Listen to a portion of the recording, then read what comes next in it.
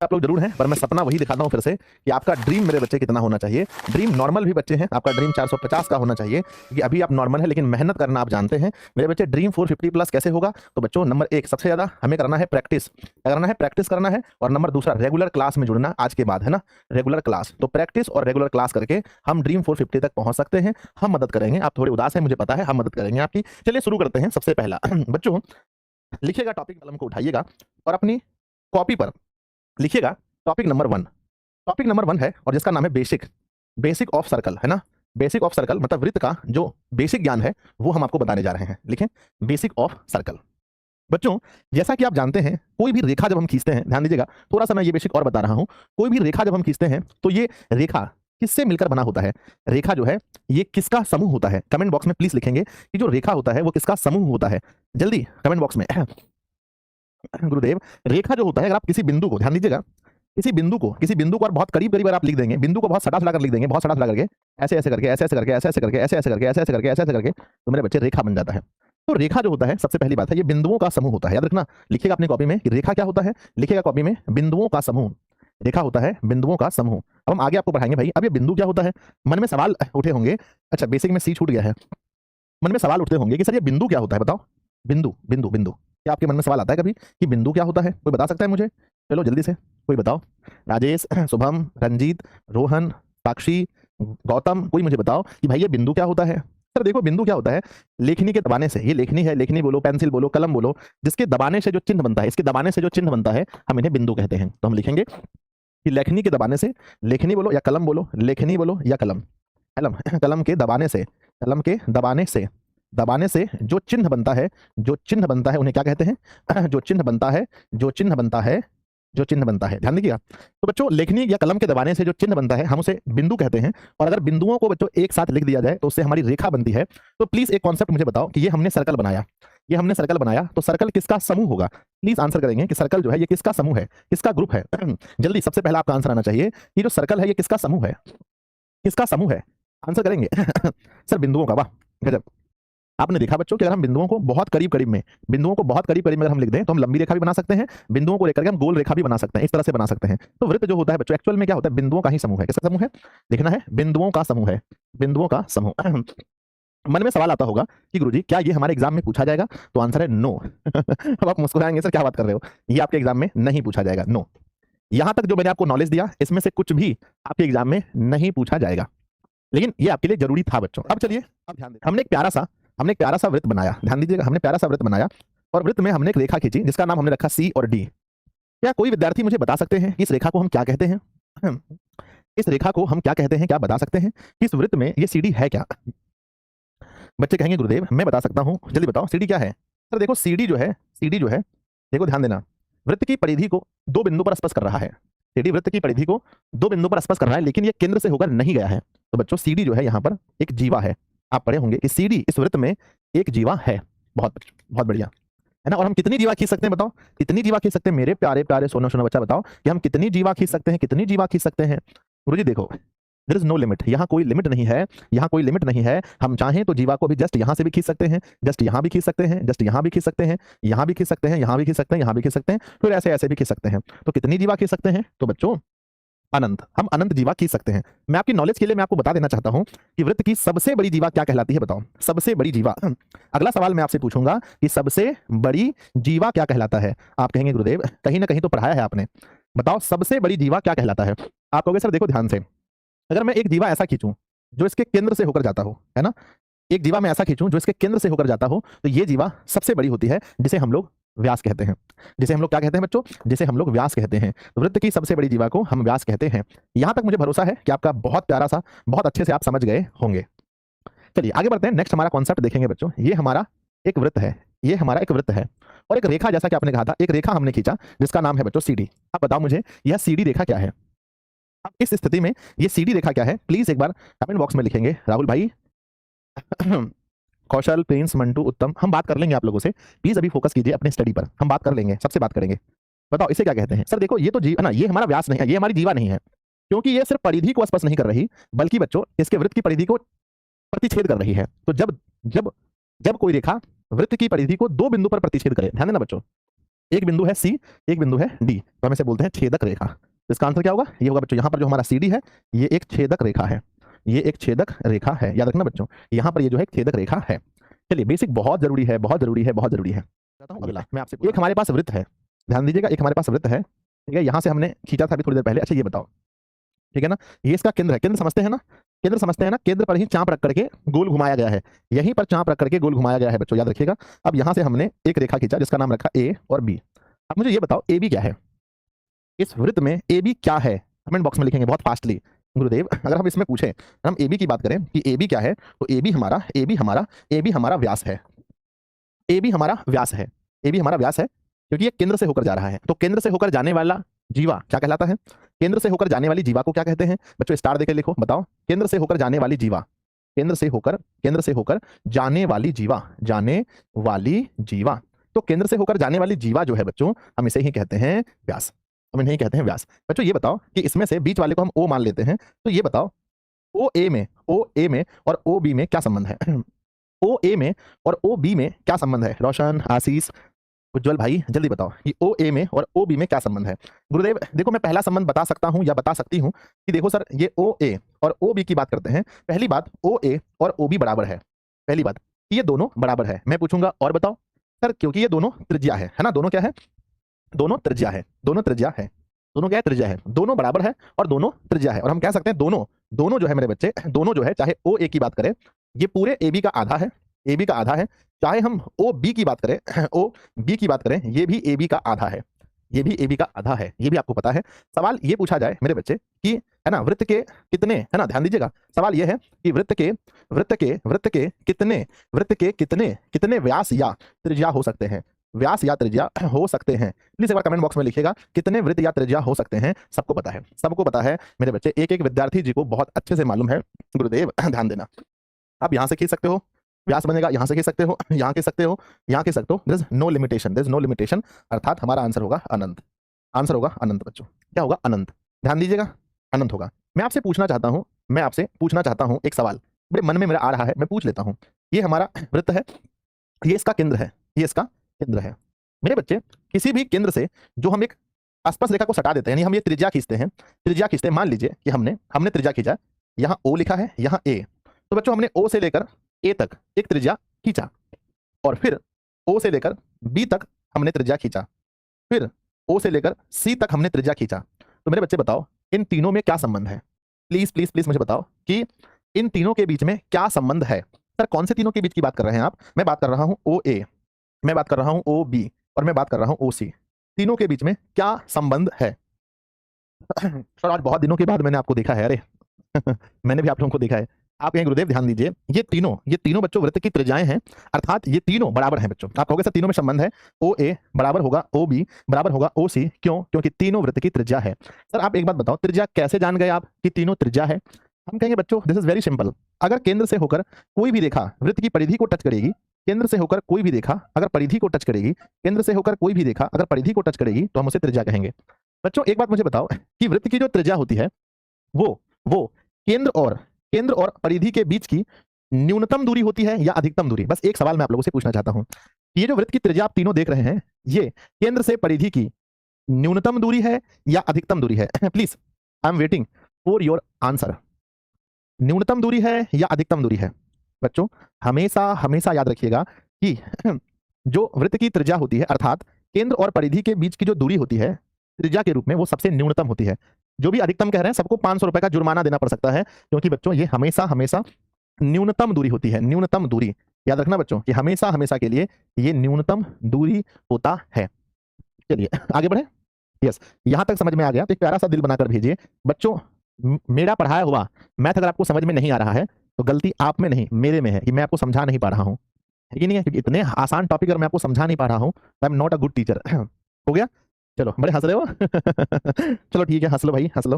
हंसना एक बहुत अच्छी आदत है, पर हमेशा हंसना अच्छी आदत नहीं है। चलो ये है वृत्त बच्चों, ये क्या एक वृत्त है। अब मैं बात करना चाहता हूँ इस वृत्त के बारे में बहुत कुछ आपसे, जैसे कि ये इसका बच्चों केंद्र है O, और यहां से हमने इस पर एक रेखा ना, इस पर हमने खींचा B, और फिर हमने आपको एक रेखा यहां खींचा जिसका नाम रखा बच्चों X Y, और हमने फिर यहां से एक त्रिज्या खींचा जिसका नाम रखा बच्चों, हाँ ये तो OX हो गया और ये OY हो गया, ठीक है।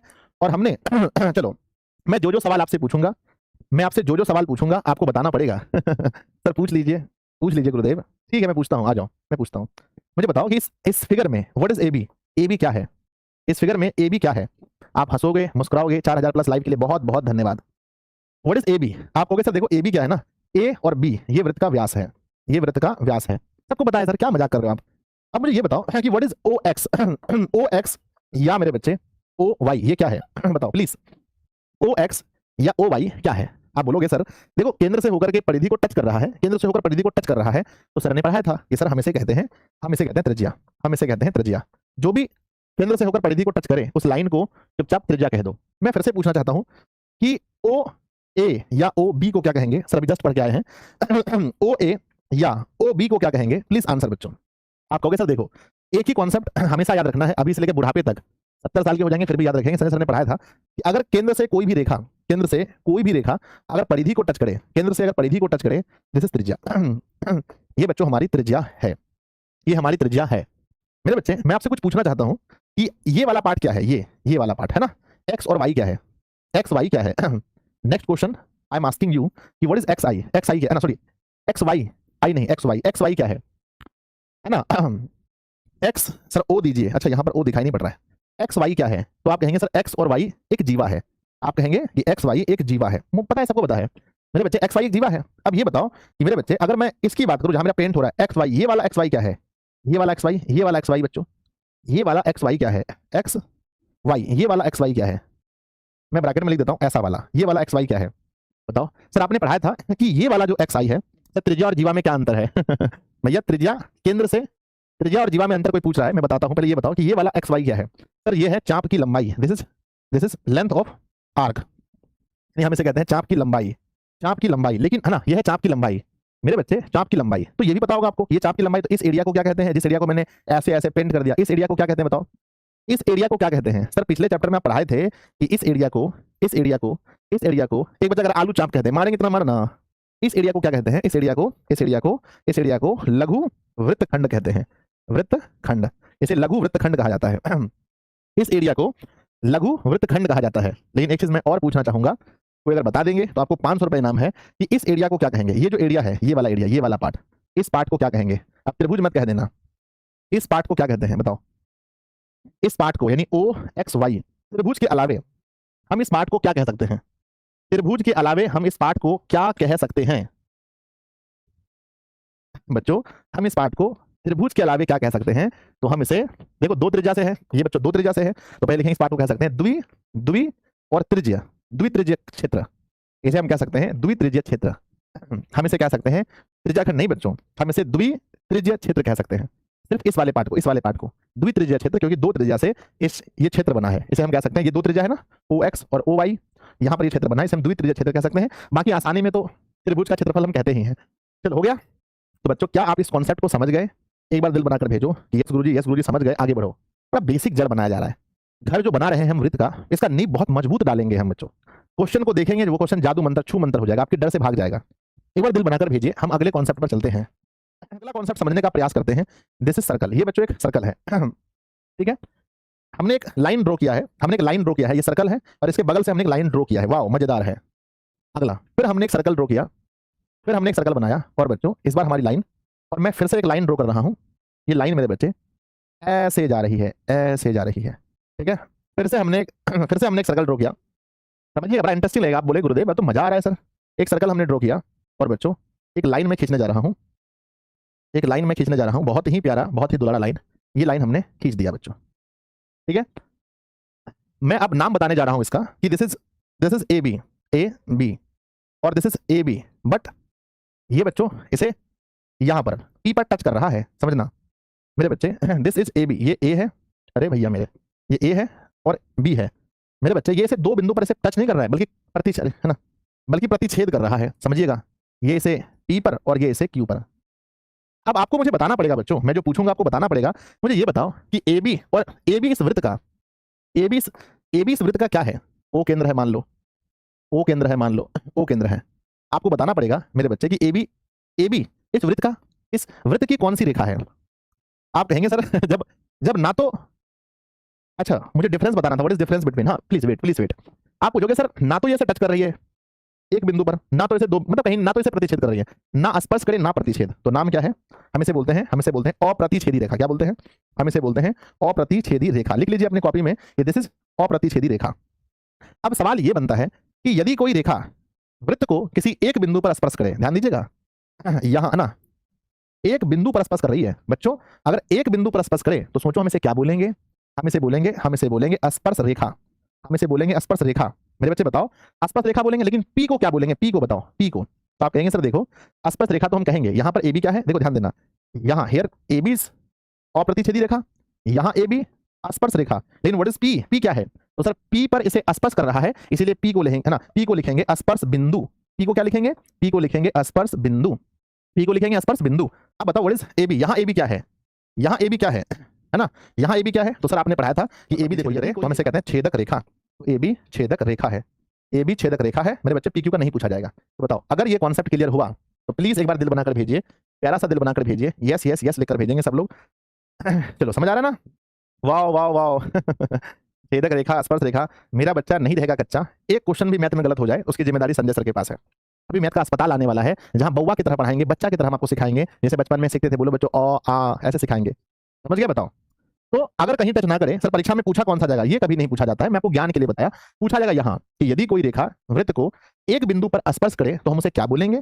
एक बिंदु पर स्पर्श करे तो हम इसे स्पर्श रेखा कहेंगे। यदि कोई रेखा वृत्त को दो बिंदु पर प्रतिच्छेद करे तो हम इसे क्या बोलेंगे? हम इसे छेदक कहेंगे। हम इसे छेदक कहेंगे। तो बच्चों आप स्पर्श भी समझ गए, छेदक भी समझ गए।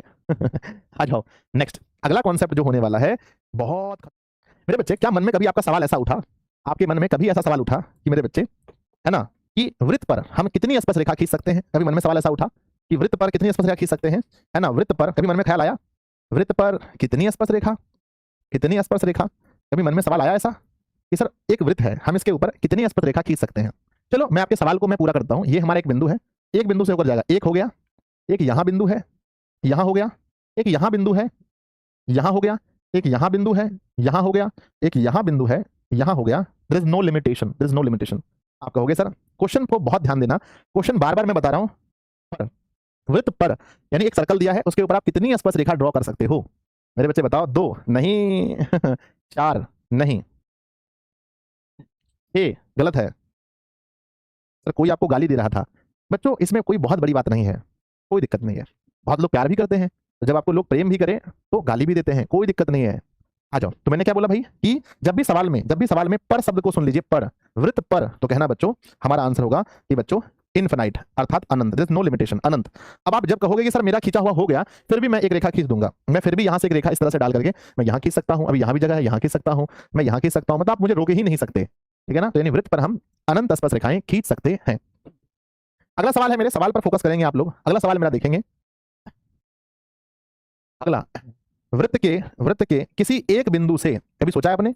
वृत्त के किसी एक बिंदु से, वृत्त के किसी एक वृत्त के किसी एक बिंदु से वृत्त के किसी एक बिंदु से कितनी स्पर्श रेखा खींच सकते हैं? कितनी स्पर्श रेखा खींच सकते हैं? स्पर्श रेखा खींची जा सकती है, खींची जा सकती है। ये रहा आपको फंसाने वाला सवाल।